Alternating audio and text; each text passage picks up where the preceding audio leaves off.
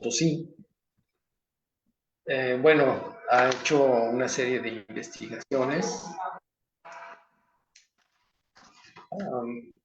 Sí, decía que la doctora Cecilia Guadalupe Salido Sánchez, además de ser doctora en filosofía, bueno, ha sido profesora en diversas universidades, desde la Universidad de Navarra, el ITAM, y la Panamericana y otras. Realizó una investigación postdoctoral sobre el humanismo cívico del siglo XV en Salamanca. Tiene diversidad de temas de trabajo en estética, en filosofía antigua, aristotelismo, humanismo y filosofía novohispana. Pues recientemente ha sido coautora y editora en los libros La Primera Transformación de México, análisis de los argumentos filosóficos preindependentistas y derechos humanos emergentes, el segundo libro. Tiene interés en el teatro amateur y ha dirigido grupos universitarios. Dirige ahora mismo un grupo de estos en la Facultad de Ciencias Sociales y Humanidades. Es miembro de la Asociación Filosófica de México y del Sistema Nacional de Investigadores Nivel 1 y ahora viene con nosotros a presentar esta ponencia intitulada La construcción de la identidad en el performance, una visión desde la teoría de las representaciones sociales, cosa que suena interesantísimo, doctora Ceci. Pues te cedo la palabra. Adelante, Ceci. Muchas Muchas gracias. gracias por estar. Muchas gracias, Abel. Muchas gracias por la invitación y a participar en este seminario. Y también muchas gracias por el reto que ha supuesto para mí. Y voy a empezar explicando un poco cuál ha sido precisamente ese reto, para explicarles también en qué estado se encuentra lo que les voy a presentar, porque yo creo que ahora ya se ha convertido en el pretexto académico hablar de un work in progress, por decir, esto que traigo no es algo que esté para nada acabado, no es algo que esté terminado, pero voy a explicar un poco cuál es el origen de esta inquietud y los retos que ha supuesto y en dónde me encuentro ahora. Pero prácticamente lo que les voy a presentar son piezas de un rompecabezas donde veo momentos de encuentro a partir de los cuales creo que podemos integrar algo muy interesante, pero parte de la interdisciplina, precisamente reconociendo los retos de la interdisciplina, reconozco que voy a necesitar más de su consejo y asesoría que simplemente presentarles algo como si lo dominara, ¿no? Entonces, les cuento un poco el contexto primero. Hace que será un par de semestres, una estudiante me propuso un tema de tesis. Ella quería desarrollar un tema de tesis relacionado con la construcción de la identidad en el performance del drag queen. Esto me pareció muy interesante, una tesis que valía la pena desarrollar, y la alumna desapareció. O sea, la alumna no ha regresado, empezó el proyecto y no lo terminó. Pero me dejó a mí la inquietud y el seguir adelante con este proyecto que ella tenía, ¿no? Espero que regrese y poder seguir trabajando con ella para que se pueda titular, pero mientras tanto, esta inquietud, el pensar en construir la identidad en los ejercicios performáticos, me suscitó el problema precisamente de cómo se construyen ciertos elementos identitarios y relacionarlo con la experiencia que a lo largo de mi trabajo en este aspecto que mencionaba el doctor Abel del teatro amateur, supone precisamente la reflexión de la creación de los personajes sí, no solo los personajes, sino toda la situación performativa y el cómo dentro de este ejercicio los estudiantes que han trabajado conmigo, no son actores profesionales, son estudiantes que se encuentran dentro de un proceso de formación artística básica, pero ellos van encontrando en este proceso muchos elementos de su propia identidad con los cuales más adelante van construyendo lo que será su propia personalidad, ¿no? Entonces, de el haber desarrollado ciertos ejercicios con los personajes, hay cosas que se van quedando, con las que se van reconociendo, en las que se van encontrando y que, vamos, agradecen el haber hecho tal personaje porque con ello descubrieron algún elemento o notaron alguna situación que les produjo un reconocimiento de sí mismo que quizá no hubieran encontrado de otra manera, es decir, si no enfrentaban este reto performativo. Y ello, bueno, me llevó a pensar precisamente en cómo el espacio escénico daba la oportunidad para eh, proyectar este proceso de construcción de la personalidad y sobre todo de construcción de la identidad, que no es necesariamente lo mismo. Ahora vamos a hablar de distintos problemas y distintos conceptos. Entonces, bueno, yo tenía esta idea de trabajar sobre este proceso de creación de la identidad, de la construcción de la identidad, con tanto el reto del estudiante como la experiencia que yo estaba teniendo en los ejercicios escénicos y también reconozco mis propias experiencias como actriz, que no son muchas, pero me invita el doctor Abel a presentar este proyecto y me dice que es en las representaciones sociales y yo en su momento en mi desconocimiento dije que sí, pensando en otro, otro contexto, es decir, no en lo que implicaba específicamente la herramienta de Moscovici, de Abric, Jodelet, etcétera. Y entonces, cuando él me aclara que en realidad se refiere a un contexto muy específico de la psicología social, y empiezo a leer el contexto de la herramienta, me di cuenta de varias cosas. Por un lado, hay, de hecho, una coincidencia entre el proceso, más bien entre lo que yo quería exponer y el proceso que de alguna manera está desarrollando, sobre todo inicialmente Moscovici, y que estructura, y voy a seguir especialmente la teoría de Abri, ¿sí? Entonces, eso me llamó mucho la atención, ¿no? Si primero hay una serie de coincidencias, no es necesariamente lo mismo. Y por otro lado, se trata, y es donde quiero exponer yo un poco mis límites, se trata de una herramienta de psicología social que tiene una serie de estructuras de aplicación que desde luego no he llevado a cabo, es decir, no les voy a dar o no les voy a presentar una investigación en la que haya yo trabajado con un grupo específico todavía de actores, aunque sí puedo a raíz de esto generar un proyecto y solicitar a un grupo de actores que me acompañen desarrollando con una herramienta de entrevistas alguna serie de resultados con respecto a este tema. Pero claro, como no soy psicóloga social, soy filósofa y no, ni tampoco soy antropóloga, este manejo de las herramientas, de las entrevistas para hacerlo correctamente y hacer correctamente un análisis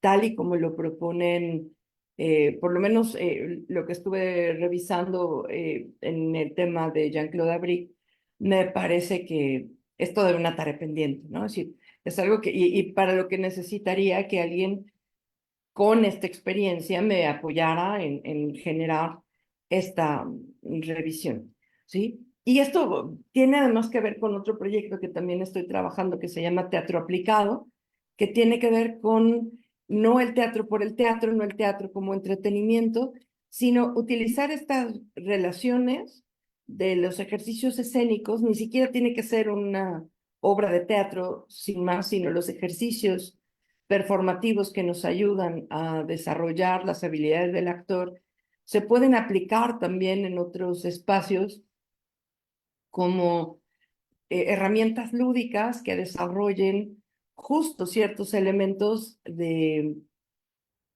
eh, identidad, reconocimiento de la propia situación, reconocimiento narrativo de las propias experiencias para manejos de situaciones de trauma, de situaciones de violencia y que, por ejemplo, de sí, reconocimiento de ciertas estructuras o dinámicas sociales que se asocian mucho, por ejemplo, al sociodrama o al psicodrama, y que de alguna manera pueden dar también un rendimiento interesante.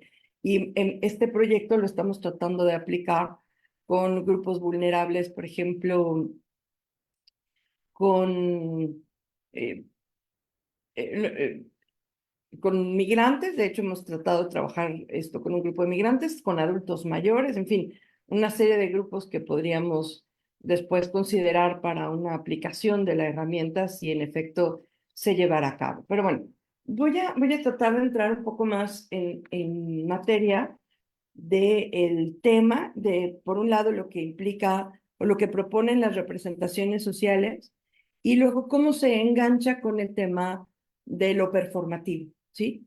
Entonces, por un lado, eh, tenemos esta propuesta que hace Moscovici de que la realidad en realidad está construida por el sujeto, es decir, el objeto de, el pensamiento, el objeto del sujeto está construido por las representaciones del propio sujeto. Esta afirmación o esta propuesta tiene mucho que ver con lo que en su momento plantea ya el idealismo alemán, la idea de que lo que existe es un sujeto y el sujeto propone o se presenta a sí mismo un objeto sobre el cual reflexionar para generar su propia conciencia y su autoconciencia. Entonces, la realidad, desde lo que propone este sistema idealista que vamos a tener, por ejemplo, sobre todo Hegel, es la idea de que el sujeto es el fundante de la realidad y los objetos son construidos de alguna manera por el sujeto y son determinados por el sujeto. Eh, Y está ahí la relación, yo sí quiero marcar esta relación con el idealismo alemán, pero sin el ejercicio determinativo del idealismo, porque justo el idealismo alemán tiene una idea de una construcción muy eh, con un entramado muy complejo, que es casi sí que es determinativo de un determinado proceso, aunque se abre de una forma muy amplia o puede generar un universo entero de posibilidades a partir de las relaciones del objeto, el sujeto y el reconocimiento del sujeto en el objeto. Lo que sí genera es decir, una tensión, o sea, genera un universo entero, pero sí genera esta tensión de desconocimiento o un momento de desconocimiento en la relación del objeto como un otro. Y hace esta ficción o causa esta ficción de pensar que el objeto es una realidad distinta al sujeto y que de hecho se le opone y le genera un rechazo, se opone, se impone, se presenta como algo diferente, algo agresivo, incluso a las finalidades del sujeto, cuando en realidad ha sido puesta por el propio sujeto. Yo siempre le propongo a los alumnos cuando les explico este tema en filosofía moderna, el ejemplo de su propia tesis, diciendo, bueno, es que tú ves en este momento tu tesis como el enemigo a vencer, ¿no? Huyes de la tesis, huyes de tu director de tesis porque no has escrito lo que debías, se vuelve como tu gran enemigo, cuando en el fondo tú elegiste la tesis, es tu tema y además te estás construyendo a ti mismo a través del desarrollo de este proceso, ¿no? Entonces, lo que propone Moscovici tiene que ver con esta idea de el objeto en realidad ha sido propuesto, determinado y creado por el sujeto, además para que el sujeto pueda entonces operar y desarrollarse y descubrirse en estos procesos. La herramienta entonces de las representaciones sociales parte de esta idea de que el objeto es una representación, es una construcción del sujeto.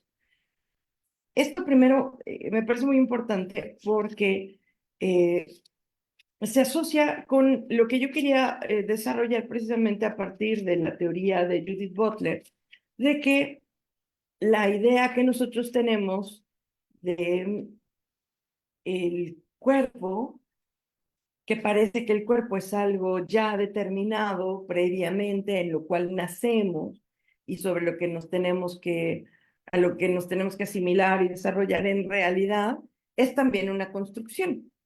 Es una construcción social, pero además es una construcción, o sea, después de hacer todo un ejercicio crítico de este concepto del género, una cosa que resulta muy interesante en Butler hacia el final de este texto de El género en disputa es precisamente el hecho de que la identidad en la cual va incluir el género es una tarea a desarrollar, es algo a construir. Uno parece que se encuentra encerrado en una dinámica que está determinada por la sociedad, cuando en realidad puede ser cuestionada y puede ser abierta y planteada porque es un constructo y es un constructo que no solamente se puede rebatir para liberarse de estos esquemas, estos espacios o preconstruidos por la sociedad, sino que al ser un constructo se puede construir uno mismo algo sobre ello, ¿no? Esta idea que queda en Butler y que ya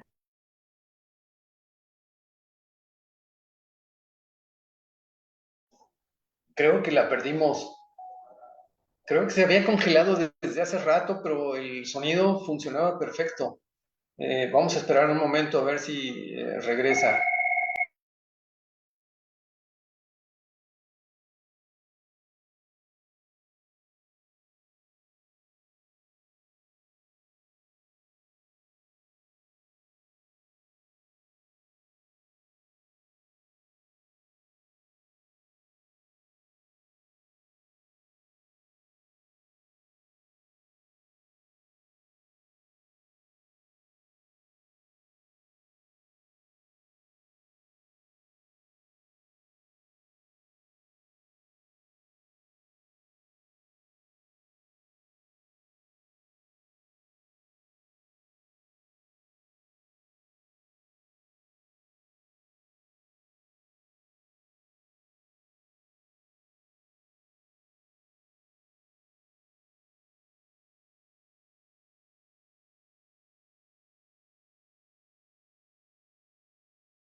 Sí, no sé qué falla tenga su computadora, pero ya le dije que estamos por acá.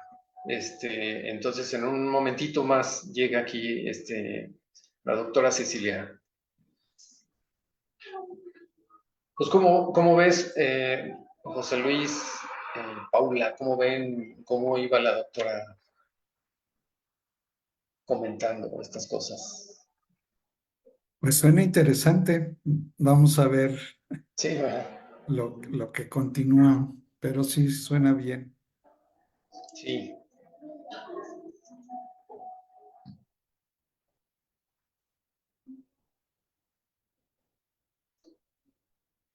Bueno, pues vamos a esperar un momento.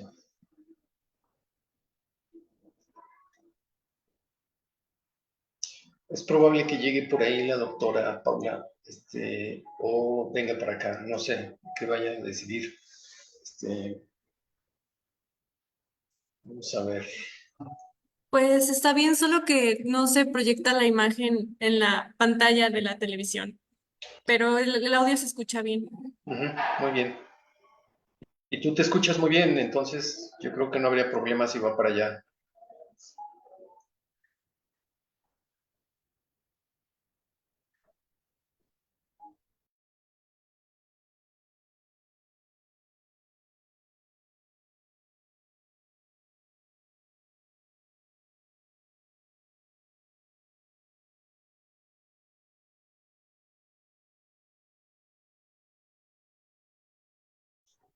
Carlos, buenas tardes. Hemos comenzado, estamos esperando a la ponente que se salió, tiene una dificultad técnica, pero en un momento vuelve. Bienvenido, Carlos.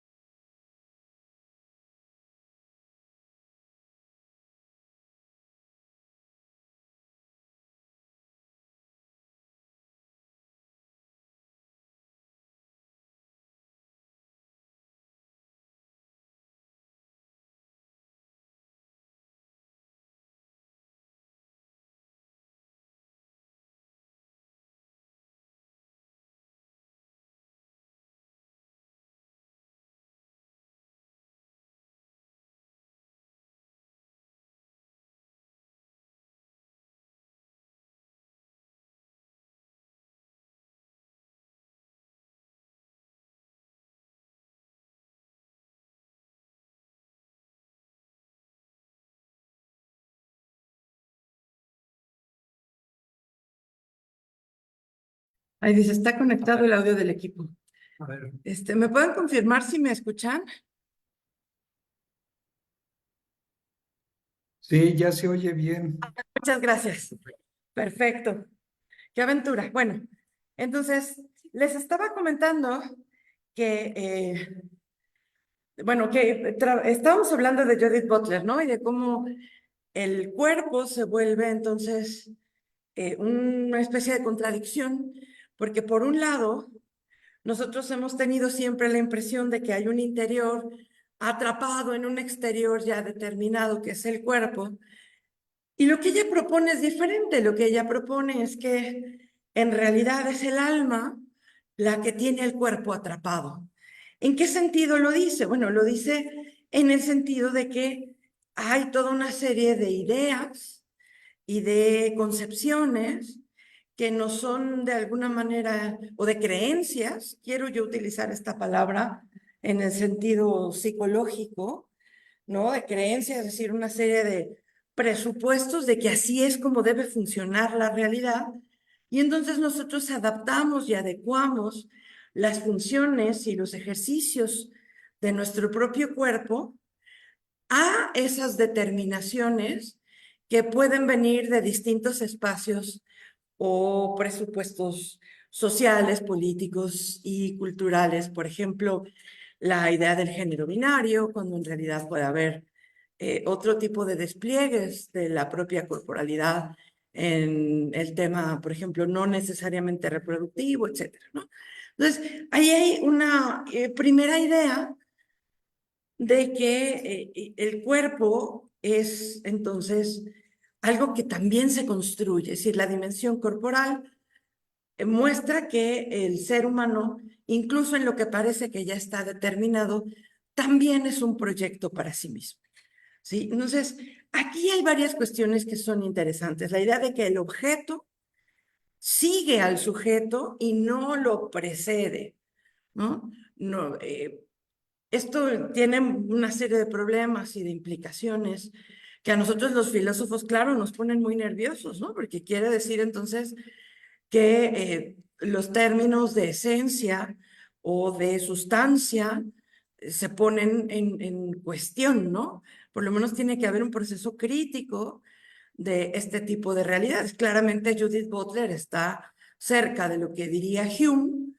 que plantea, por ejemplo, que la sustancia no existe, lo que ocurre son una serie de eventos y la secuencia de esos eventos es lo que da lugar a lo que nosotros juzgamos y percibimos y entonces nombramos eh, como sustancia o como alma, por ejemplo, el caso del alma humana, como el lugar donde se llevan a cabo las percepciones.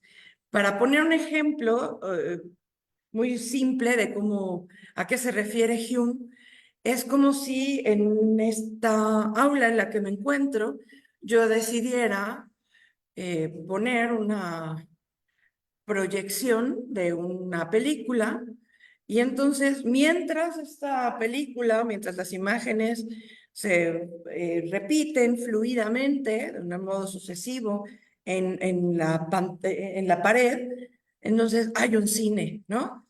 Es decir, el cine, la presentación da la idea de que hay una continuidad narrativa a la cual yo le doy una unidad, es decir, es mi cerebro el que está cosiendo la secuencia e interpretando estas imágenes en una secuencia y digo entonces que eso es la realidad y que esa realidad es objetiva y sustancial, pero una vez que dejan de proyectarse estas imágenes, esa realidad se suma, ¿no? Y entonces lo que hay en todo caso es una pared, pero ya no existe ese cine porque ya las percepciones ya no se despliegan, entonces ya no hay como tal una mente o un lugar de las percepciones. Entonces, este es un ejemplo muy burdo, lo estoy planteando por decir que hay entonces en realidad esta relación o esta idea o en Butler parece que está muy cerca de esta idea humeana de que no hay como tal una sustancia y que no hay como tal una esencia y que lo que existe en realidad es una liquidez, una fluidez sobre la cual nosotros podemos ir generando libremente toda una serie de posibilidades. Entonces, advierto que es una idea que hay que pensar con pausa, ¿no? Sí, porque tiene implicaciones muy interesantes, pero también complejas.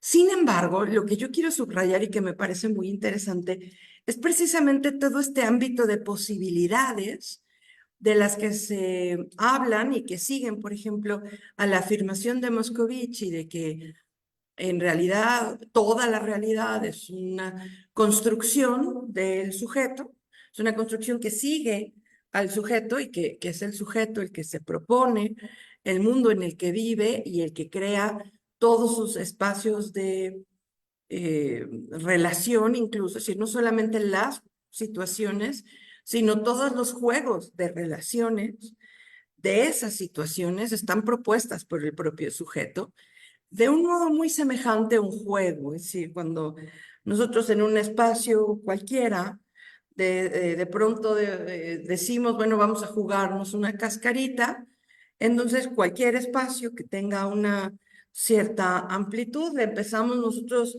a fragmentar y le empezamos a establecer espacios y lugares y vamos entonces a empezar a reconocer una serie de reglas que vamos a llamar, que son las reglas del juego que vamos a llamar entonces fútbol, y entonces tú eres de un equipo y yo de otro.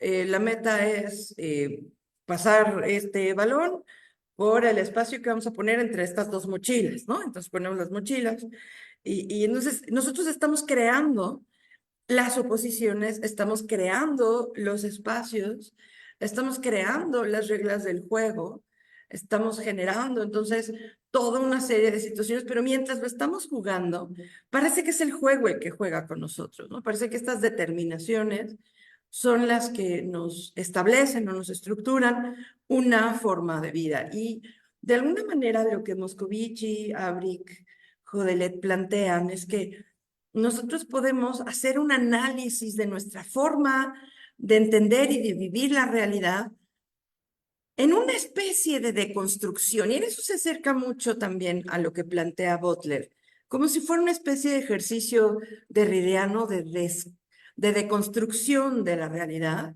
Si nosotros desmontamos o por lo menos analizamos estos presupuestos que llamamos realidad y vamos descubriendo cómo es que nosotros vamos creando y construyendo estos espacios de representaciones con su núcleo.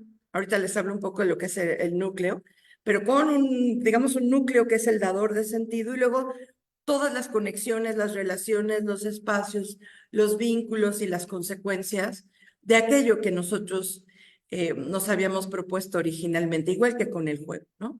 Y entonces, si no estamos teniendo, por ejemplo, en un determinado espacio, un determinado ámbito, los resultados que queremos, a veces es tan fácil como replantear nuestras representaciones y proponer otras, ¿no? Pero muchas veces eso que suena fácil en la teoría es muy difícil porque el entramado de las representaciones se ha construido tan bien que es difícil reconocer en ese entramado que son un producto de una construcción que puede ser transformada, revisada, alterada y mejorada, ¿no? O que, por ejemplo, la forma en la que están estos entramados es la causa de que no obtengamos los resultados y que se pueden hacer ajustes en esa trama, en esa estructura, porque en realidad depende de nosotros, no de una realidad exterior determinante o predeterminada al ejercicio de la acción social. Y esto me lleva también a recordar al final y relacionarlo también con otro filósofo muy importante para este tema, que es Schopenhauer, ¿no? El propio Schopenhauer habla del mundo como una representación, es decir, el hecho de estructurar el mundo para poderlo comprender y para poder actuar en él, ¿no? Nosotros queremos actuar. Lo que no hay duda para Schopenhauer es que hay una voluntad de acción, una voluntad de vida, una voluntad vital. Pero para nosotros poder desplegar esa voluntad, nos hacemos, como dice la expresión, hacernos películas, ¿no? Nos hacemos un mundo, lo estructuramos, generamos una serie de relaciones y de objetivos y de estructuras lingüísticas, estructuras cognitivas, de tal manera que podamos desplegarnos en ese mundo. Y entonces la representación que parece, a nosotros nos parece que es el mundo de la realidad, el mundo del objetivo, el mundo de lo establecido, es un constructo y podría ser otro, ¿no? Y entonces, a veces en esta capacidad de pensar que podría ser otro, hay muchas soluciones a insatisfacciones en las que nos encontramos. Y quizá es por eso que encuentra el propio Schopenhauer en el arte uno de estos caminos de reconciliación con la angustia o con la dificultad de vivir en una especie de simulacro de realidad. ¿Por qué? Porque es por lo menos un juego de representación que es consciente de ser representación. Y ahí viene precisamente lo que ocurre con el ejercicio del performance y lo que habíamos trabajado con la alumna con respecto al ejercicio del performance. Y voy a poner el ejemplo del drag, no porque esto funcione únicamente con el ejercicio performático del drag, sino porque se trata de me está diciendo el profesor Carlos Pérez Vélez que se está cortando el internet. Entonces no sé si es él o soy yo. ¿Me pueden confirmar si vamos bien? Te escuchamos perfectamente, Perfecto. creo. Gracias. Sí, muchas gracias. Ojalá Carlos no tenga mayor problema. Sí. Adelante. Gracias. Entonces, les decía que voy a poner el ejemplo en el drag por una razón muy sencilla, y es que una de los recursos especiales del drag para jugar, poner, digamos, en crítica esta cierta flexibilidad de la realidad que nosotros habíamos dado por hecha o dado por sentada como objetiva y no transformable, es la exageración, el aumento, ¿no? Y por eso lo voy a plantear. Sí, cuando uno se enfrenta al proceso performativo, tiene que reconocer una serie de rasgos que debe poner ante la vista. Este ejercicio de poner ante la vista quiere decir que tengo que destacar mi acción en un ámbito que va a ser recibido o va a ser comunicado. Sí, y en este juego de comunicación, ya hablaremos un poco de la intersubjetividad, pero en este juego de comunicación, todo lo que yo haga, absolutamente todo lo que yo haga, va a ser recibido. Un buen actor, por ejemplo, se reconoce en los microgestos, ¿sí? Sobre todo eso es importantísimo, por ejemplo, en artes performativas ante cámara, como televisión o cine, porque en el teatro necesitamos de pronto hacer grandes gestos para que se puedan ver en un escenario donde hay mucha gente, y un pequeño gesto tiene que hacerse magnificado para que le llegue al último de la fila, ¿no? Y además se está trabajando con una serie de flujos de energía y cosas. En cambio, en cine y en televisión uno está trabajando para la cámara en un ámbito de intimidad, que es una falacia también, porque hay 50 personas delante de la cámara, pero cada gesto, el gesto más pequeño, dice algo. Y ese decir implica una representación de una representación. A esto voy, ¿no? Es decir, lo interesante es que hay una comunicación de algo a través de que nosotros interpretemos el mensaje que yo estoy emitiendo y tú estás recibiendo como espectador. En esta relación ya hay un código que ha sido establecido socialmente durante mucho tiempo. Ese establecimiento de códigos ha sido, les digo, ha sido establecido y lo hemos ido aprendido desde niños en los contextos, por ejemplo, para entender o interpretar que un levantamiento de ceja, por ejemplo, puede ser una llamada de atención, una causa de enojo, una cierta suspicacia. Es decir, es un gesto que está diciendo algo, que está cuestionando, que está, ¿no? Entonces, yo ya sé que en este contexto, si mi mamá me levanta la ceja, me está llamando la atención, algo no está bien, ¿sí? ¿Qué pasa cuando estoy creando un personaje desde una timidez? Porque ahora voy a partir de esto, pero muchas veces el actor que se enfrenta al drag es una persona que está buscando justo recursos de comunicación que no tiene y va a buscar un recurso que le permita decir lo que normalmente no encuentra cómo decir. Y entonces encuentren el recurso de la máscara. Ahorita les voy a hablar de la importancia de la máscara, ¿no?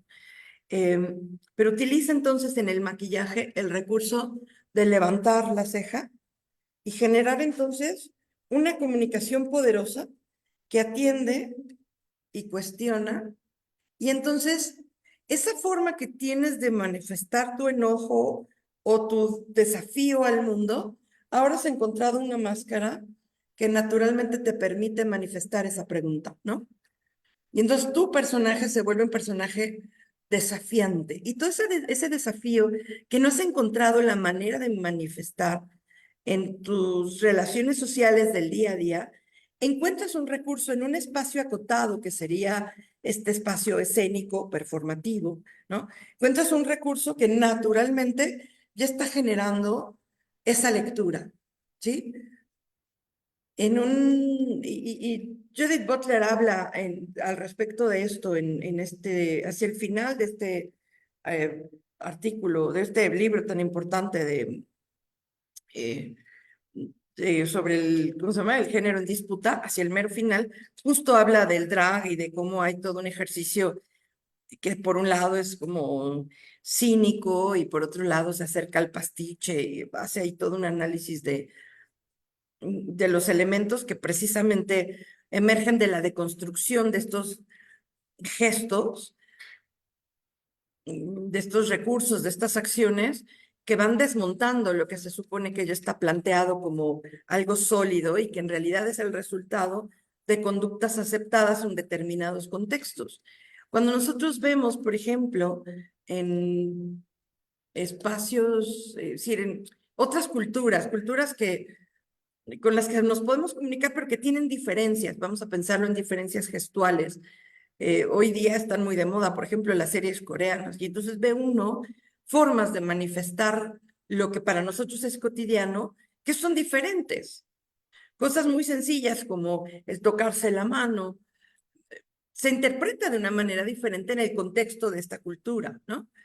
Y entonces lo van a destacar para sus ejercicios narrativos y para su dramaturgia de maneras muy distintas a como las conocemos o las enmarcamos en otros contextos, por ejemplo, más occidentales, donde ese tocarse la mano no es que no tenga significado, no tenga intención, pero desde luego no tiene el mismo nivel o la misma lectura.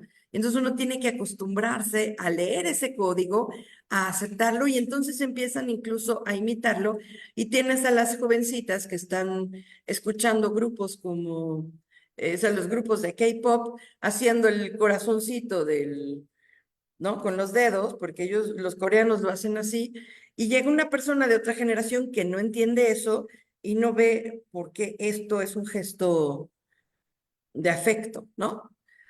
Entonces, lo curioso es esto, ver cómo podemos nosotros desmontar elementos que damos por hechos y reconocer que podemos jugar con ellos para poder apropiarnos de un proceso comunicativo, de un proceso representativo, de aquello que queremos manifestar desde el interior. Ahora bien, es muy importante entender, cuando yo hablo de performático, obviamente no estoy hablando o no necesaria o exclusivamente del performance como este género artístico o del arte contemporáneo que implica activar o generar una cuestión a través de la acción activando el propio cuerpo, ¿no? Sino cualquier arte que implique un ponerse ante un público con un mensaje realizando una acción determinada, que puede ser en la danza, puede ser en la música, puede ser como tal un performance en la calle, puede ser un... leía yo, por ejemplo, un artículo muy interesante, una lucha libre, por ejemplo, es también un performance, ¿no?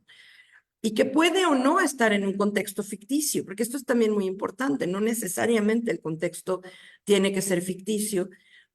Y de hecho, de este juego ficticio hay quien trata de distinguir entre performance y teatralidad. Y leía yo un artículo, por ejemplo, muy interesante al respecto, que lo que nos decía es que la teatralidad es más bien narrativa y el performance pone el acento no tanto en la narración como en el ejercicio de la acción corporal misma, ¿no? La acción corporal como manifestación de un gesto y no de una historia. Ahí habría que pensar también qué tan cierto es, porque también los rituales que tienen un arco y que tienen todo un proceso son performances. O también en un ritual, durante el ritual sucede algo. Por ejemplo, en una boda, el solo decir una serie de palabras ya genera un cambio de realidad y ese decir construye también y además determina o autodetermina a los participantes del ritual a un nuevo estado de vida reconocido además por aquellas personas que intervienen en esta relación. Entonces, lo quiero llevar entonces a este ejercicio que les comentaba de pensar, por ejemplo, que en una época, un momento, en una situación en la que una persona va a construir un personaje o construir una obra performática, va a tomar una serie de decisiones y va a construir una serie de acciones en las cuales su cuerpo va a generar mensaje. Y esta construcción del cuerpo y del mensaje va a dar una serie de posibilidades o de funciones en las cuales no solamente hay un mensaje para el público, ¿sí? No solamente hay un mensaje para el público al que va dirigido, sino que hay un mensaje para el mismo performador. Es decir, hay una dimensión muy interesante de autoconocimiento y de reconocimiento de la persona en el ejercicio de construcción de este juego performático en el que el actor puede, y fíjense que no digo que sea obligatorio, pero puede reconocerse y validarse o aceptar cosas de sí mismo que no había desarrollado de otra manera, ¿no? Cuestiones que tengan que ver con posturas, con colores, con formas de ser, de hablar, de manifestarse, que les resultan de pronto útiles y que nunca hubieran pensado utilizar y que de pronto resultan efectivas para nuevas maneras de desarrollarse, nuevas maneras de expresarse y que incluso asumen ya como propias. Digamos que la construcción de esta máscara en los hechos performativos, y esta es parte de la hipótesis que quiero tratar de probar, es que la construcción de la persona o máscara en los hechos performativos contribuye a crear una realidad identitaria.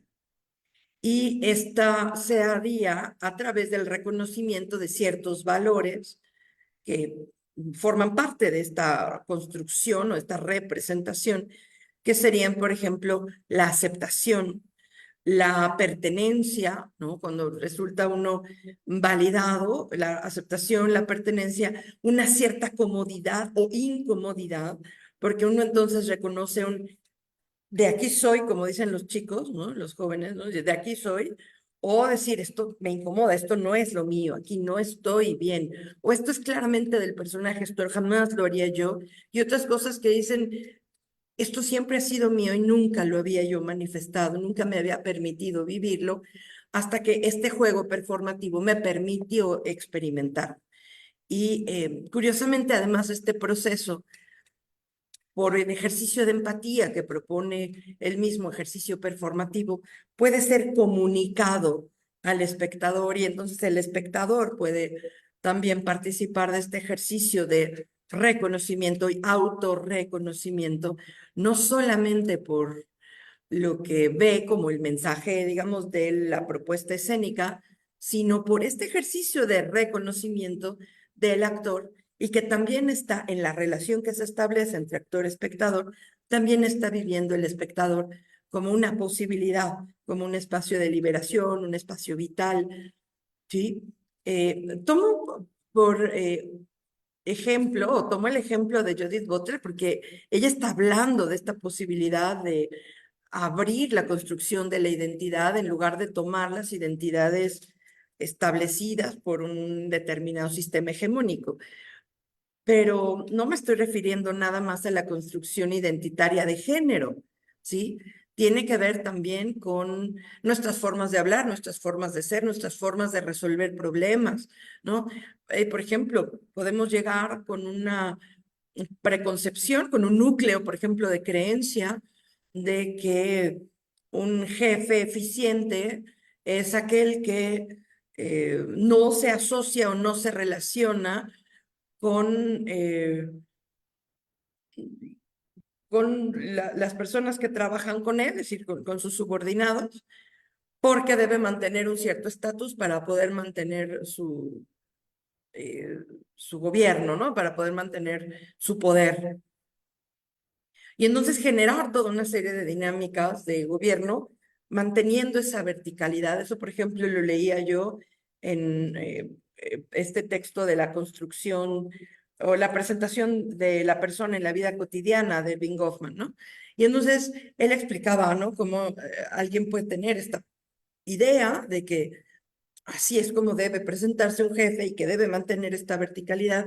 Y a través de esta presentación va a tomar toda una serie de ideas y de formas de manifestación y se va a convertir, va a crear un personaje en su relación, que es el personaje del jefe que mantiene una distancia, porque su eficiencia como su eficiencia, digamos, de poder depende de esa distancia, ¿no?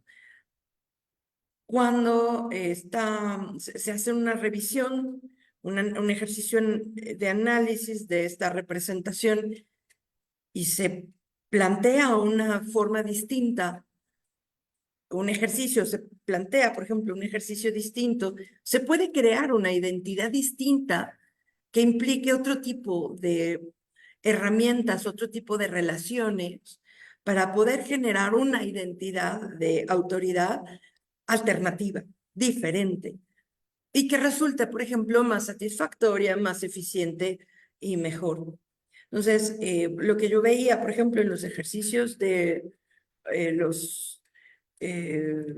bueno, los ejemplos que van poniendo de aplicación de las representaciones sociales como una herramienta de análisis, precisamente jugaban, es decir, proponían descubrir cómo se estructuran estas representaciones en distintos grupos de un ámbito de trabajo o de los valores que se le dan a ciertos espacios de creación, por ejemplo, en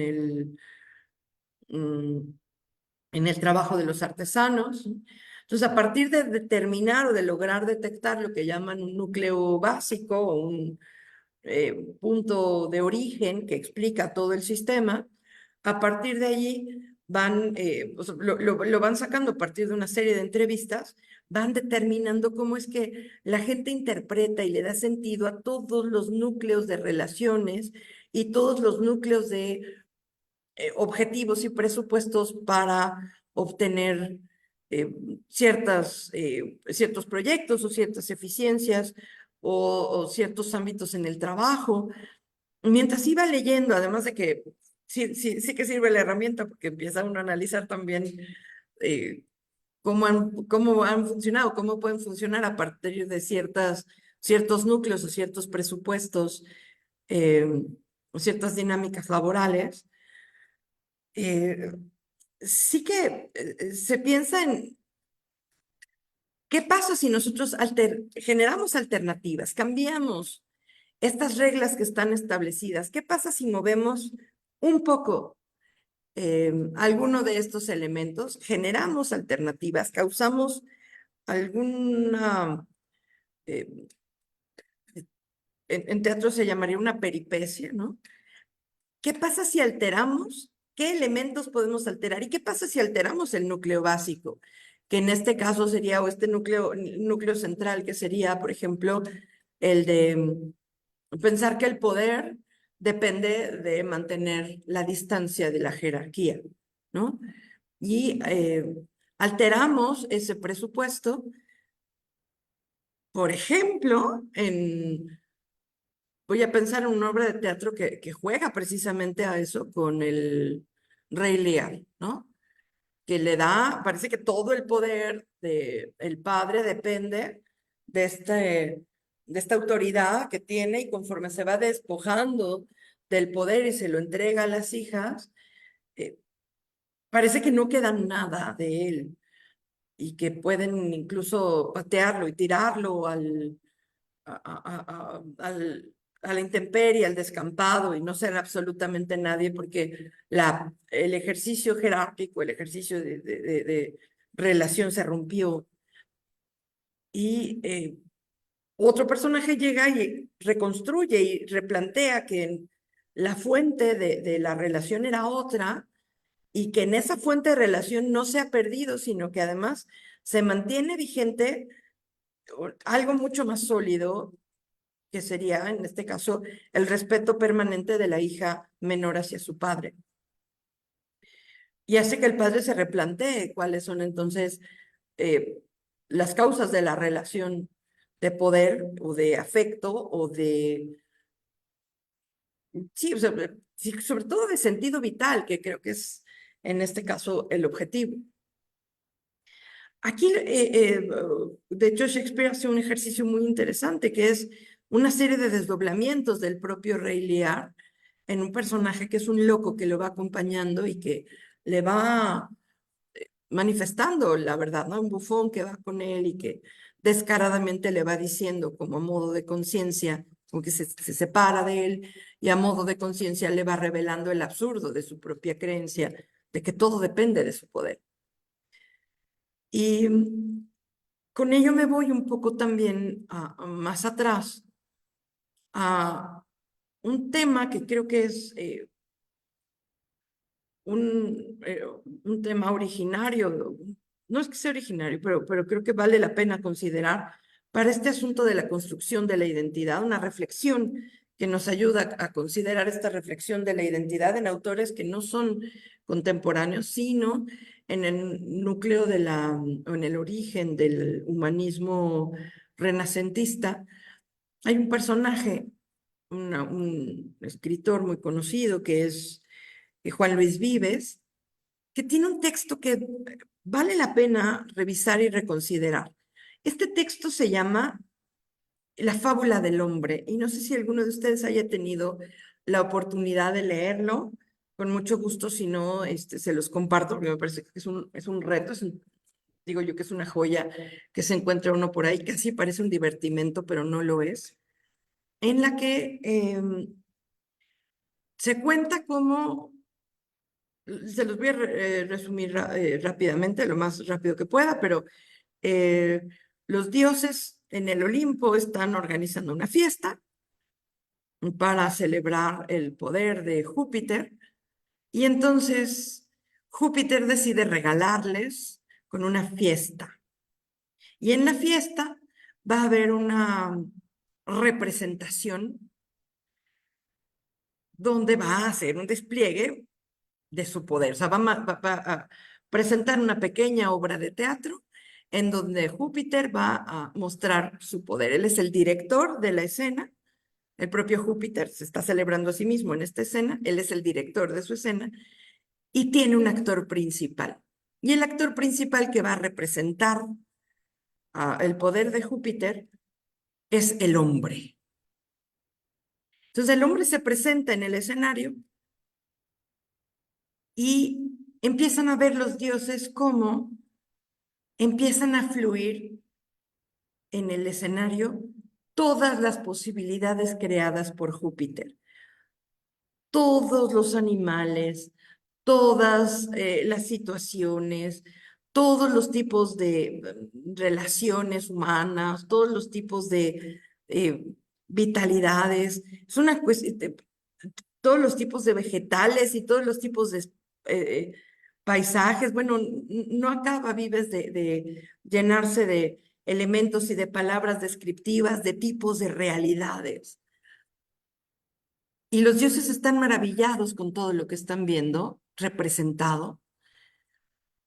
Y entonces cuando termina la representación, bueno, hay varios elementos de la representación que son fascinantes, pero uno de ellos es que el actor representa incluso al propio Júpiter con todo su poder. Es decir, siendo un actor, el hombre es capaz de representar incluso a Júpiter. Y entonces termina la representación, los dioses celebran a Júpiter por su gran ingenio al crear esta obra de teatro, y entonces invitan al actor y le empiezan a preguntar, ¿cómo le hiciste para poder representarlo todo? ¿Cómo hiciste para poder construir toda la realidad y mimetizar, ¿no? Representar miméticamente todo el universo de Júpiter e incluso representar al propio Júpiter. Y entonces presenta el hombre su recurso, que es su disfraz, su máscara, su persona. De hecho, el texto está escrito en latín y utiliza la palabra persona. Presenta su persona ante los dioses. Y entonces los dioses, maravillados con el hombre, invitan al hombre, esto es muy importante en la fábula, invitan al actor, al hombre, a sentarse con ellos e invitan también a su máscara. Y este gesto de la fábula me parece fantástico, porque entienden que la máscara es una construcción del hombre, pero es una construcción que le ha permitido serlo todo, y entonces invitan a la máscara también a estar presente ahí, en el banquete, a un lado del hombre, con el hombre. Si eres el hombre y lo que el hombre es, lo que el hombre es capaz de construir, lo que el hombre hace consigo mismo, ha logrado esta dignidad de sentarse con el hombre ante la mesa de los dioses, ¿no? Entonces es un juego muy interesante porque la máscara, si bien es un recurso representativo, es un recurso performativo, construido con intenciones dentro de un determinado juego, que es este juego escénico de la realidad, se está poniendo frente a los dioses como este rostro de todas las posibilidades del hombre, que es la criatura favorita o la criatura que es capaz de alcanzar al propio Júpiter, ¿no? Y de representar al propio Júpiter. Al punto, dicen, hay un momento donde dicen que se ven los dioses y los hombres, ¿no? O sea, ven los hombres a Júpiter digo, ven los dioses a Júpiter y al hombre y al hombre y a Júpiter, y llega un momento en que no saben quién es quién y se maravillan y se preguntan si Júpiter se disfrazó y bajó al escenario, diciendo, ¿cómo? Pero el hombre y Dios no se ven tan distintos en esta fábula, ¿no? Entonces, es esta capacidad de pensarlo todo y de representarlo todo la que alcanza entonces el aplauso y la dignidad, porque es este divertimento el que alcanza la dignidad para poderse sentar en la mesa de los dioses. Entonces, creo que en este sentido vale la pena pensar esto, ¿no? El recurso performativo. Gracias. Este recurso performativo que tiene el hombre a través de crear su identidad y saber que son identidades que se pueden, que no son definitivas y que se pueden ir transformando y alterando sin que con ello se pierda la esencia de lo humano. Al contrario, con ello se desarrolla la realidad de lo humano, ¿no? Bueno, pues como ven, es apenas una idea, no estoy, o sea, todavía hay mucho que desarrollar y mucho que estructurar para poder hacer de esto una exposición más coherente y más estructurada, y sobre todo que pueda con esto aplicar una herramienta en la que pueda hacer, por ejemplo, un ejercicio de análisis con mis propios actores en sus ejercicios de construcción de personajes y qué de eso les ha servido, por ejemplo, en la construcción de su propia vida, o si han hecho, por ejemplo, a veces ejercicios de análisis de su propia performatividad en la vida cotidiana, como lo diría Goffman en el hecho de decir, creamos personajes cuando nos enfrentamos, por ejemplo, tengo que crear un personaje cuando me enfrento a mis alumnos, no porque no sea yo, es que tengo que buscar de mis habilidades y de mi ser qué elementos son aquellos que son los apropiados para estar presente en un espacio académico y explicarles una clase, y que pueda entonces la clase funcionar y crear relaciones. ¿Y qué tipo de núcleo tengo para trabajar con los alumnos? Si pienso que es un núcleo de poder en el que yo tengo todo el conocimiento y ellos tienen que guardar silencio, o si al contrario parto de una idea de colaboración, o si parto de una idea de eh, sí, pues solamente trabajo, ¿no? Como decir, pues llego aquí, doy mi clase y me voy porque tengo que ir a dar otra clase, porque tengo que ir a dar otra clase porque de esto vivo. Y entonces tampoco hay mucha distinción entre un grupo y otro, porque solamente son un grupo de personas que me escuchan.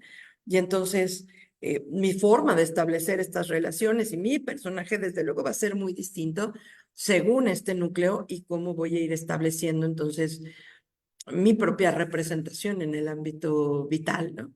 Entonces, como ven, son muchas cosas todavía las que hay por pensar, por hacer, por decir y por estructurar, pero les agradezco mucho que hayan escuchado estas inquietudes, y sobre todo estaré muy interesada en todo lo que me puedan comentar para enriquecer esta investigación. Muchas gracias.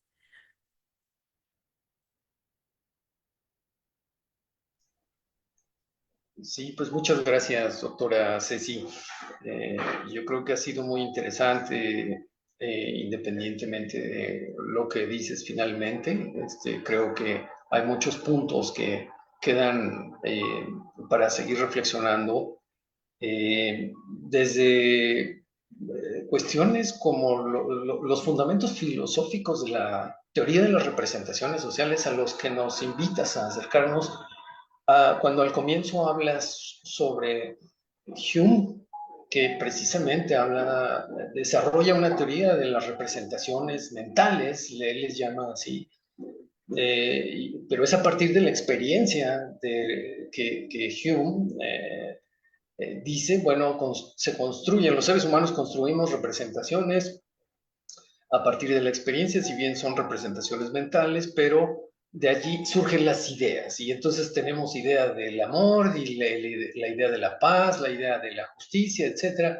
Y yo creo que adentrarnos a las ideas de Jung nos ayudará mucho a sustentar, ¿no? Ya darle un fundamento filosófico a nuestras intenciones de entender la teoría de las representaciones sociales empleada en las ciencias sociales, empleada desde la psicología social hasta la antropología y la misma sociología, etc. Desde estas cosas creo que nos invitas a pensar hasta muchas otras, bueno, algunas otras, como el asunto de que las sociales pues, son siempre contextuales, ¿no? Punto lo tocas también, son contextuales, y se pueden desarrollar a través de lo que nombras como performance, que tiene que ver con la acción corporal. No sé, a lo mejor un cuestionamiento aquí que me surge, o una pregunta que me surge es si la acción corporal eh, de la que surge el performance eh, puede ser también considerada como parte de la acción social, que es el contexto más general en donde me parece que surgen representaciones sociales, porque es en la acción social en donde en la interacción los sujetos vamos haciendo sociales precisamente esas representaciones que tenemos como grupos humanos, como sociedades, etcétera, ¿no? Y que compartimos con otros, esas representaciones que compartimos con otros. Bueno, esto y el asunto del poder, que es algo que yo personalmente me ha llamado mucho la atención y he visto que se le critica mucho en la teoría de las representaciones sociales, no, no entrar en la reflexión de las relaciones de poder. Y me parece que bueno, puede ocurrir en algunos casos, pero no creo que siempre sea así. Y creo que las representaciones sociales también pueden analizar el poder, analizar las relaciones de poder, que es a través de representaciones que se puede manipular a una sociedad y a través de representaciones cambiantes que la sociedad puede o bien permanecer manipulada o bien resistir o bien desalinearse, ¿no? Alienarse, perdón, desalienarse. En fin, son muchos puntos que a mí me dejas con inquietud de seguir pensando, de seguir desarrollando. Ya hablé mucho, perdón, no sé si antes la doctora quisiera decir algo, o José Luis, o José Carlos, o Paula, que está ahí en el aula, quisieran Sí, comentar alguna cosa. dándole Adelante, la compañeros. espalda. Pues no sé si Cecilia quiera decir algo al respecto de lo que comentaste, Abel, o prefieres, Ceci, que yo hable antes. Sí, quizá solamente mencionaría una cosa muy rápida, y es que además de Hume, también invito mucho a leer, porque encontré muchas coincidencias, no solo con Hume, que creo que es también quien plantea este problema, quizá, no de origen, pero creo que lo plantea bien, sino también todo este sistema dinámico de Hegel. O sea, que es muy interesante también este ejercicio. O sea, haría como esta invitación a leer esta teoría de las representaciones sociales, pensando también en este despliegue de la creación de toda la realidad a partir del sujeto en el idealismo alemán, porque, y después, como les decía, en Schopenhauer, porque sí es verdad que eh, este peso de lo que llamamos objetivo tiene que ver con este despliegue de el otro como algo que emerge del sujeto, pero el sujeto no reconoce todavía y lo ve como un objeto eh, opuesto, incluso agresivo, con el que choca y contra el que pelea, y por lo tanto contra el que construye toda una serie de recursos que precisamente dan lugar a la formación de estas relaciones en estas estructuras que va tratando de desmontar el análisis de las representaciones sociales, ¿no? Sí, lo curioso es que las sociedades representan estos objetos y los ponen ahí cuando en realidad han salido del mismo sujeto, son determinados por el sujeto y pueden ser alterados y transformados también por el sujeto, pero este proceso es necesario para una toma de conciencia y para un reconocimiento de sí mismo. Y eso creo que es súper interesante y se encuentra allí, ¿no? En este despliegue de la filosofía moderna, de la filosofía, sobre todo, les digo en este caso, del idealismo alemán. No les digo solo Hegel, porque creo que luego no ponemos suficiente atención a los otros dos grandes autores que son Fichte y Schelling, y que justo tienen mucha reflexión en torno a cómo del sujeto emerge un objeto, pero nuestra conciencia todavía no se reconoce en ese objeto, y a partir de ahí va construyendo todo un aparato racional, crítico, analítico, eh, y finalmente es lo que ellos están describiendo. Entonces, cuando Moscovici plantea que hay que buscar un núcleo y que encontrar en el núcleo cómo de ese núcleo se van desplegando todas estas posibilidades de relación, pues sí, nos vamos encontrando con semejanzas muy reconocibles con perspectiva del idealismo alemán, ¿no? Y luego, ahora que decías lo, que se critica que no estudien específicamente los temas de poder, yo creo que sí se puede, o sea, que justo esa es la riqueza que tiene la herramienta, o la riqueza que vi en la herramienta es que justo no se cierra solo a las estructuras de poder, sino a cómo establezcas tú esta idea del núcleo, ¿no? ¿En qué depende o cómo se funde el núcleo? Por lo menos así lo plantea Abrix, que es el que plantea específicamente esta idea del núcleo, como el núcleo central, como el que da sentido a toda la representación. Y pues si el núcleo es de poder, entonces podríamos irnos por todo un análisis de relaciones de poder, pero puede tener otro fundamento, una creencia de otra naturaleza y entonces construir las relaciones desde ese otro punto, ¿no? Pero bueno, nada más como respondiendo a algunas de las cosas que dijiste y sabiendo que queda mucho por decir. Y pues ya, le doy la palabra, doctor Ramos. Perdón, gracias. Bueno, pues lo primero que yo destaco es el hecho de que seas filósofa y teatrera, porque entonces eso abre la posibilidad de incursionar desde otra mirada alrededor de las representaciones sociales. Pues la mayoría de trabajos que he revisado, que he leído sobre representaciones sociales, pues es desde las ciencias sociales, justamente porque pues, está pensado como un instrumental para llevar a cabo investigación social. Pero de pronto, ante la posibilidad de combinar estas dos características o propiedades tuyas, es, y sí, cómo lo mira la filosofía, cómo lo pensaría la filosofía, cómo las pensaría las representaciones sociales o cómo reflexionaría sobre la teoría de las representaciones sociales, ¿no? Y por otro lado, la posibilidad de experimentar y experienciar la construcción, la configuración de representaciones sociales. Entonces, creo que es una apuesta bastante atractiva, interesante. Ojalá lo hagas, porque también en este tenor de revisar trabajos previos, usualmente lo que más nos ofrecen los autores, autoras, es la representación social como producto, no como proceso.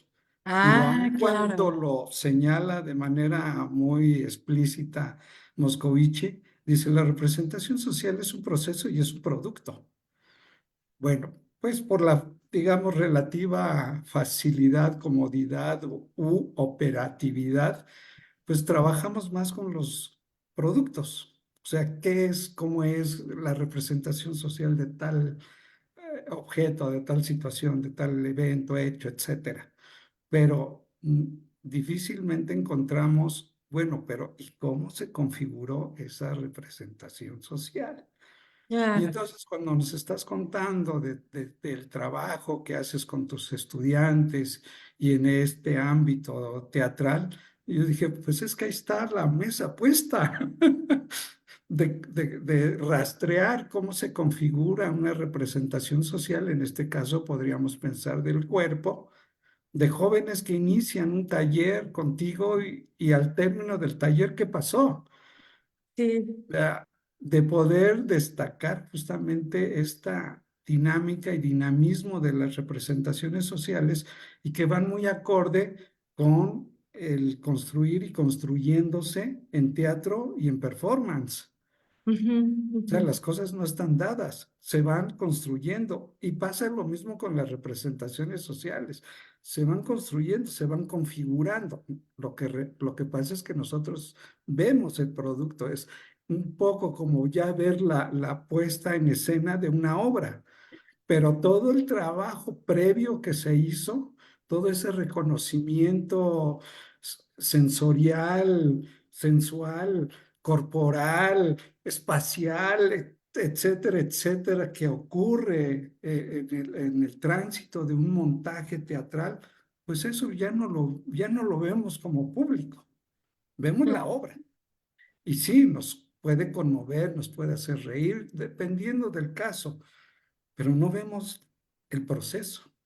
Y entonces me parece que es una gran oportunidad que tú estás promoviendo, y por eso digo que eres provocadora, porque entonces pues ya uno tiene mucho ánimo de querer ver algunos avances parciales de ese trabajo, de ese vínculo entre ser filósofa y ser teatrera. Y esto me recuerda un ejercicio que yo en ocasiones realizaba con estudiantes. La primera ocasión que lo apliqué fue con estudiantes de posgrado allá en Ciudad Juárez, que me pidieron justamente pues, un seminario introductorio de representaciones sociales. Y para poder mostrar o ejemplificar de cómo lo que nos has estado señalando con insistencia, de cómo uno construye el objeto, o sea, uno cómo dota de cierta materialidad, o sea, las ideas se materializan en un determinado objeto. Entonces, yo llevé 2 barras de plastilina y les di la forma rectangular y les dije, ¿ustedes qué ven? Entonces ya pues sí, hubo quienes, los que estaban más cerca de donde yo estaba, pues dijeron, pues es un cuerpo rectangular, color X, y los que estaban más atrás, alguien dijo, no, es un cilindro. Entonces ya me acerqué y le dije, mira, ve, no, de veras, tiene un cuerpo rectangular. Y después, para esto un poco teatral, me doy la vuelta, o como mago, me doy la vuelta y entonces cruzo las 2 barras, una en sentido horizontal y la otra en sentido vertical, me volteo y se las muestro. Y entonces la ven y dicen, es una cruz. Me vuelvo a voltear y ahora le doy un giro y de nueva cuenta frente a ellos les muestro las 2 barras de plastilina y lo que hicieron fue un grito, porque estaban viendo la cruz invertida. Claro. Entonces, yo les dije, ¿pero por qué gritan? Y entonces me dicen, o sea, no había palabras para de pronto mostrar su sorpresa, pues esa sensación rara de ver una cruz volteada, porque es por lo que significa, ¿no? Y entonces yo les tomo las 2 barras y les digo, pero si son 2 barras de plastilina en forma rectangular, ven cómo entonces ustedes le añadieron eso que están pensando y por eso fue su reacción. Pero objetivamente, entre comillas, digo, pues son 2 barras de plastilina para mostrar cómo efectivamente uno aparentemente percibiría un objeto, pero ese objeto no lo cargamos de sentido, de significado.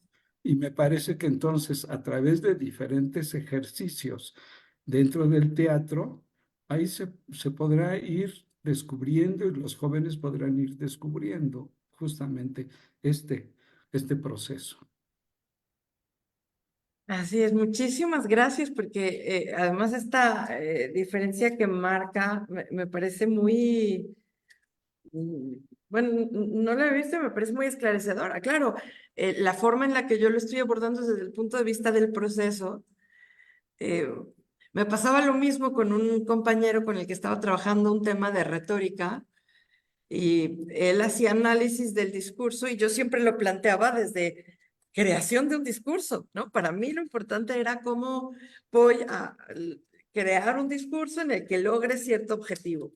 Y él lo que hacía era criticar discursos ya hechos, buscando las intenciones del creador del discurso.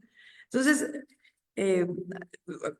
habíamos discutido varias veces en la forma de exposición de la clase, porque yo veía una cosa y él veía otra hasta que nos dimos cuenta de que, claro, a mí me interesaba la parte genética del discurso Y a él lo que le interesaba era el discurso ya hecho como un statement, ya algo cerrado, ¿no? Algo o presentado o propuesto.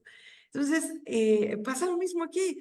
Y justo hablando de proceso, en este momento estamos montando una obra de teatro aquí en la facultad, donde todos los chicos forman parte de un pueblo que tiene una determinada vivencia. Digamos que no es Fuente Ovejuna, pero es tipo Fuente Ovejuna, es decir, al final todo el pueblo está siendo un personaje y la construcción de las reglas de este pueblo que nos hemos ido nosotros apropiando porque la obra original se lleva a cabo en un pueblo alemán y pues nosotros nada que ver con Alemania y entonces estamos creando un pueblo ficticio ubicado en una zona más o menos en San Luis Potosí, en el estado.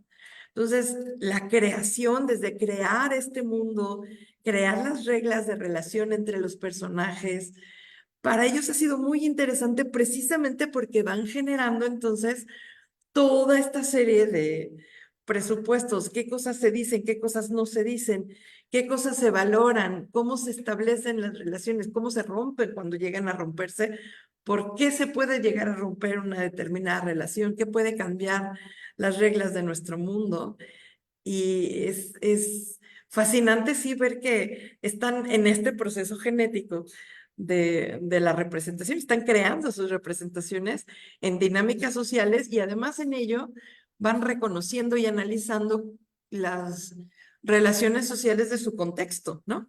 Porque además estamos buscando cosas que pueda reconocer el público, que puedan reconocer sus compañeros para que tenga sentido para ellos. Entonces es un doble ejercicio de creación de algo ficticio en el reconocimiento pues, de lo que llamaríamos real para ver que también está construido, ¿no? Que muchas gracias porque sí me hace pensar muchísimo en este proceso. Gracias. No, y perdone que tome otra vez la palabra, pero en los ejercicios mismos de ir preparando a un actor, ahí se pueden ir descubriendo las representaciones Así es, sociales así es. de los sujetos, en este caso de los jóvenes. Cuando tú les pides que hagan ejercicios de equilibrio, por ejemplo, o de que se paren de cabeza, etcétera, inmediatamente es el rechazo. No, me voy a caer, no puedo, me voy a lastimar, eso es imposible. Y ya cuando técnicamente les muestras cómo se puede hacer, dicen, oh, porque se tenía una representación social de lo que es posible y de lo que no es posible con Así el es, cuerpo. Y así ahí es. mismo puedes ir, o cuando se les solicita que, a ver, vamos a hacer un reconocimiento. Pónganse en parejas y tóquense. Entonces Exacto. empiezan a tocarse el rostro y bueno, como que pues todo ahí va bien.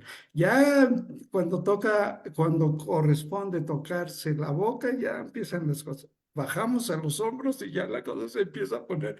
¿Por qué? Pues por la representación social, Exactamente. cultural que tenemos del cuerpo. Del cuerpo, así es, exactamente. Y a mí lo que me gusta mucho además es que en estos ejercicios, por lo menos yo tengo el vicio como profesora, finalmente pobres tienen una profesora filósofa, es que después de estos ejercicios siempre hacemos lo que se llama el proceso de verbalización, donde ellos tienen que hablar de qué descubrieron, qué sintieron, qué pasó, y entonces no solamente es vivirlo, sino tomar conciencia de la vivencia. ¿No? Y claro, con eso pueden, sí, pues construir, desmontar, reconocer, hacer muchas cosas a partir justo de esas representaciones. Bueno, la última y ahora sí me callo. Otra de las ventajas de la propuesta de las representaciones sociales es que hay psicólogos que apoyándose en lo que es su trabajo clásico de experimentación, lo han venido haciendo, o sea, han venido formulando experimentos para ver qué tan consistente es la teoría de las representaciones sociales.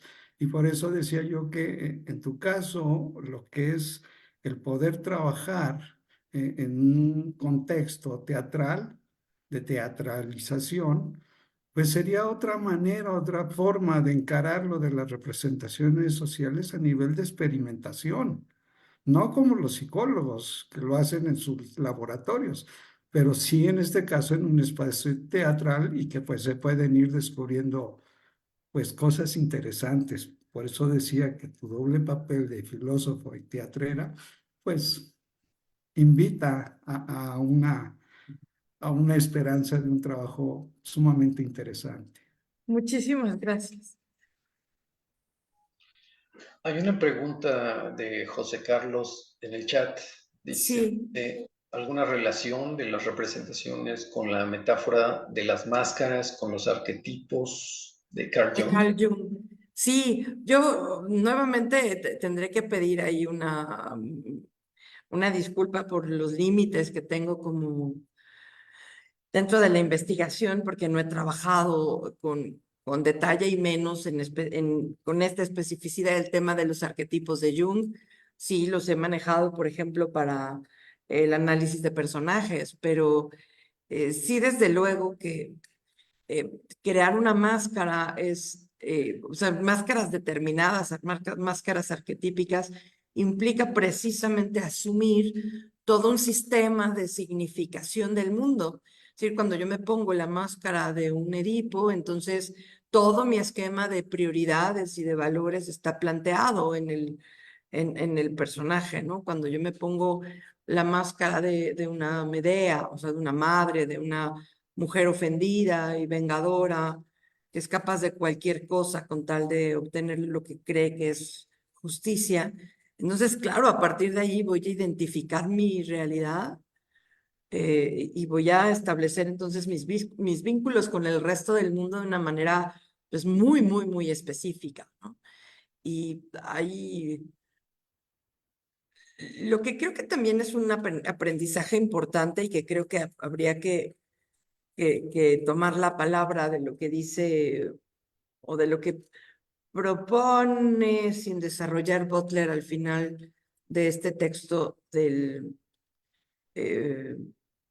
del género en disputa, es que si ya vimos que es una construcción, la representación social, entonces, en lugar de pelearnos nada más por decir, pobres de nosotros, ya nos hemos vivido siempre esclavizados por una serie de determinaciones o de representaciones que nos han sido impuestas por un contexto social, al contrario, es tomar la opción creativa de decir, hagamos entonces variedades. Entonces, en lugar de tomar arquetipos en un sentido tan determinado como tan determinante como en un momento dado podría plantearse en el sistema junguiano, que no lo estoy limitando para nada, lo que pasa es que es un modelo de análisis y yo lo que aquí estoy proponiendo es justo lo diferente. ¿Qué tal si hacemos algo distinto, no? ¿Qué pasa si de pronto generamos, en lugar de determinar a Medea, destruirlo todo y destruir aquello que es capaz de amar con tal de obtener lo que ella entiende como justicia, le damos otro giro y le cambiamos y es decir, la reconstruimos, es decir, vamos a cambiarle el nombre, ¿no? Ya no va a ser Medea, va a ser diferente su nombre, va a ser diferente su destino, porque podemos nosotros cambiar sus núcleos y sus significaciones. Y entonces, en lugar de quedarnos con los arquetipos, podemos entonces variarlos y podemos contar historias distintas, con finales distintos, porque precisamente hay una potencia abierta. Creo que eso es lo que a mí me llama la atención. Puedo crear, puedo hacer cosas nuevas a partir de de lo que ya tengo, porque no está determinado el fin y nadie me obliga o no necesariamente me obligo a que esto se mantenga de esa manera. Sí es verdad que hay que negociar el código, porque al ser una representación social, tiene que tener sentido no solamente para quien lo protagoniza, sino para quien lo reconoce, sobre todo dentro del ámbito del performance. No solamente es lo que ocurre, es decir, si yo pongo, por ejemplo, en este ejemplo que ponía el doctor Ramos sobre de la plastilina, las dos barras de plastilina cruzadas, ¿no? Es necesario que haya alguien que tenga un reconocimiento del código para poder entonces interpretar eso como algo que le cause horror y sin el arquetipo o sin una idea más o menos determinada y común, sin un lugar común, como diría Aristóteles, un topos, no hay una posibilidad de una retórica, no hay una posibilidad de un discurso. Pero creo que sería muy interesante pensar en alterarlo, ¿no? Y poder ir generando otras cosas. ¿Qué puedes hacer con eso? Ah, pues mira, yo lo que veo es un brincolín y entonces lo que veo es uno de estos aparatos con de que ponías los pies y brincabas, ¿no? Y entonces esa misma imagen la vuelvo dinámica y entonces hago con eso, en lugar de ver algo terrible, un juguete. Y la imaginación entonces vuela. Nosotros en teatro hacemos un ejercicio que es muy importante para la creatividad, que se llama disociaciones. Y es un ejercicio dificilísimo, de hecho es una batalla, los pongo frente a frente y tienen que ver quién es capaz por más tiempo de decir alguna palabra que no tenga que ver con nada de lo que se haya dicho antes, ¿no? Y es muy difícil porque todos estamos acostumbrados a establecer y entender la realidad a través de logosistemas. Para mí como filósofo es dificilísimo, porque todo siempre lo relacionamos y lo caracterizamos, vivimos estableciendo relaciones. Y entonces obligar a la mente a dispararse, a irse lejos de lo que está relacionado y decir, y abrir alternativas, y abrir, y abrir, y abrir, y abrir, y abrir, y abrir. En realidad lo que hace es expander la posibilidad, o sea, generar, expandir el mundo de posibilidades. Porque mientras más se expande, mientras más se abre este mundo de posibilidades, entonces mayores posibilidades de relación tengo y entonces el mundo me permite generar nuevas soluciones, nuevos aspectos pues nuevas representaciones. Al final seguirán siendo representaciones, pero ya tengo otras, ya no las de toda la vida, y eso ya es un cambio, ¿no?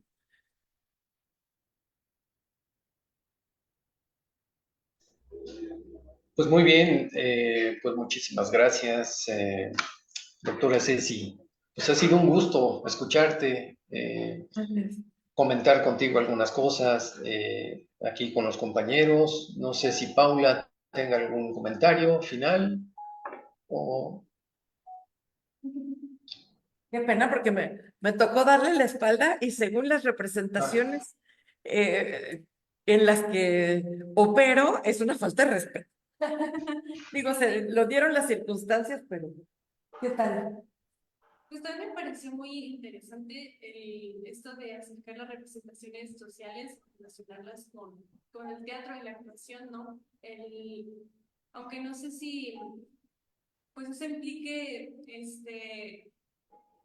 pues implique de cierta manera decir que en la sociedad la mayoría de nosotros actuamos o fingimos para un público, ¿no? Para los demás.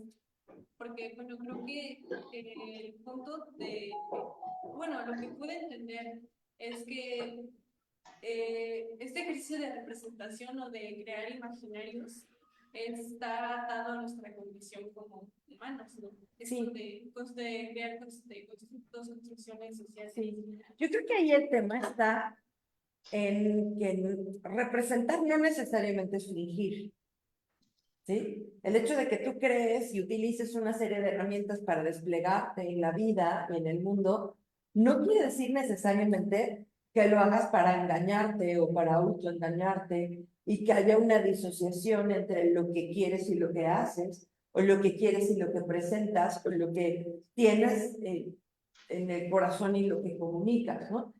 Y de ahí justo tenía yo una cosa aquí en el apunte y no la hablé, pero yo creo que es el momento para decirlo. Y justo tiene que ver con un principio que tenía el mundo mexica, prehispánico, y que recoge León Portilla en el libro de la filosofía náhuatl, que tiene que ver con un difracismo, una asociación de dos valores que eran los que hacían al hombre. El ser humano era, perdón, era, ay, se me olvidó el término, déjenme lo busco mi apunte, pero bueno, es rostro y corazón, ¿sí? El ser humano era lo manifiesto y lo oculto, el rostro y el corazón. Y todo ser humano, entonces, es esto, in istri in yolotl es el término, ¿no? Entonces, ¿qué sucede? O sea, el tema aquí es que no necesariamente mi manifestación de lo exterior va en contra o ocultando o protegiendo o negando lo que hay en el corazón, al contrario, pero sí tengo que construirme un rostro. Y de hecho la meta, y esto tiene que ver todo con la idea del humanismo, la meta del hombre en el mundo mexica era precisamente construirte un rostro. Porque en lugar de ser un rostro, o sea, todo rostro es neutro hasta que tiene una personalidad en su acción. Y entonces ya eres alguien porque actúas, porque tienes un gesto, porque tienes una acción, ¿no? Y en ese sentido, no hay fingimiento, al contrario, hay una construcción, porque ya por fin encuentras un rostro que coincide con tu corazón. Y de hecho, cuando no coincide, esa incomodidad te hace irte moviendo hasta que encuentres esa coincidencia. Y por eso dices, esto no es lo mío, aquí no estoy bien, esta no soy yo, cuando actúas de una manera que se disocia, ¿no? Y creo que por ahí iría el tema, ¿no? De pensar que no, actuar y performar no necesariamente es un, ¿no? Sí, gracias. No, a ti, Era muchísimas gracias. un prejuicio que tenía, pero quería como entenderlo un poco mejor. Pues sí, en ese sentido, el hecho de que tengamos que pues construirnos para presentarnos o para externalizarnos hacia los demás, ¿no? Es como un ejercicio somático. Sí, posemático, sí. Sí, Sí. gracias. No, a ti. No sé si hay algún otro comentario. Sí, pues muy bien, pues muchas gracias. Pues no sé, doctor José Luis, maestro José Carlos, no sé si hay algo más, si no, pues hasta aquí llegamos el día de hoy y te agradecemos nuevamente, doctora Ceci, agradecemos al servicio de videoconferencia del sistema de bibliotecas de la USLP y pues gracias a los presentes. Carlos dice que no tiene más pregunta, entonces hasta aquí dejamos y pues ya nos veremos en otra ocasión. Muchísimas gracias a todos, estamos en contacto. Gracias. Hasta luego. Hasta luego. Gracias, Hasta luego. doctora Ceci. Hasta luego. Hasta luego, doctor José Luis. Hasta luego, Carlos. Hasta luego.